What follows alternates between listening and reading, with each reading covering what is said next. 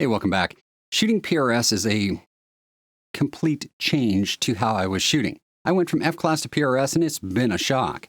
Ultimately, I had to learn a lot of new things and I'm still learning a lot more. I'm not here to give you advice how to shoot in PRS. Instead, I want to teach you some technical stuff that might help you to do better in your matches. So today's video is about truing your data and being able to take advantage of the opportunities provided by a PRS range. The first thing to understand about any PRS match is there is a zero range. Everyone I've ever gone to has had a zero range, and that zero range has a 100-yard target. That's the first thing I want you to do when you get there. Get that 100-yard zero figured out. Now, you're going to go into your ballistic solver and want to true your data at distance. Match directors are notorious, actually famous, for putting out steel to distance so that we can verify our data.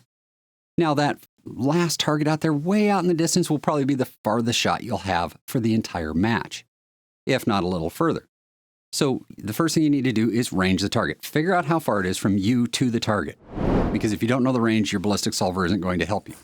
The next thing you're going to do is come up with your dope out of your ballistic solver. Now, whether that dope is right or not is questionable, and that's where we're going to do some truing. So the first thing I'm going to do on a distant piece of steel like this, that's absolutely enormous, it's several tenths tall at 900 yards and quite a few wide, so you're going to have a really hard time seeing where you hit because they aren't white like this. They almost never are. I always show up at least an hour after things start, and the thing is all gray and pockmarked from the 27 shooters that shot before me. In order to compensate for not being able to see where you're hitting on the plate because the mirage is so bad, the visibility is bad, or the target is just so beat up that you're not making a big enough mark to see it, we're going to take advantage of a simple hit-miss test. So the first thing we're going to do is we're going to fire a shot right in the middle. Now, assuming your data is close, even though this target is probably, 8 tenths high, you're going to get a hit. There's possibly a hit indicator on the target to tell you that you hit it. Or you might just see the target move. Either way is fine. It doesn't really matter. You hit the target. But remember, based on visibility and the distance between you and the target, you may not be able to see where you hit on the target. You may not know whether you hit here, here, here, or there. And that's going to be a big deal. So now that we know we're hitting the target, we're going to start ascertaining where we're hitting the target. So the next step is to aim high on the target. Aim no more than an inch from the edge, the top edge, and fire another shot. Now, there's two outcomes here. You either hit the target again or you miss it. Let's say you hit the target.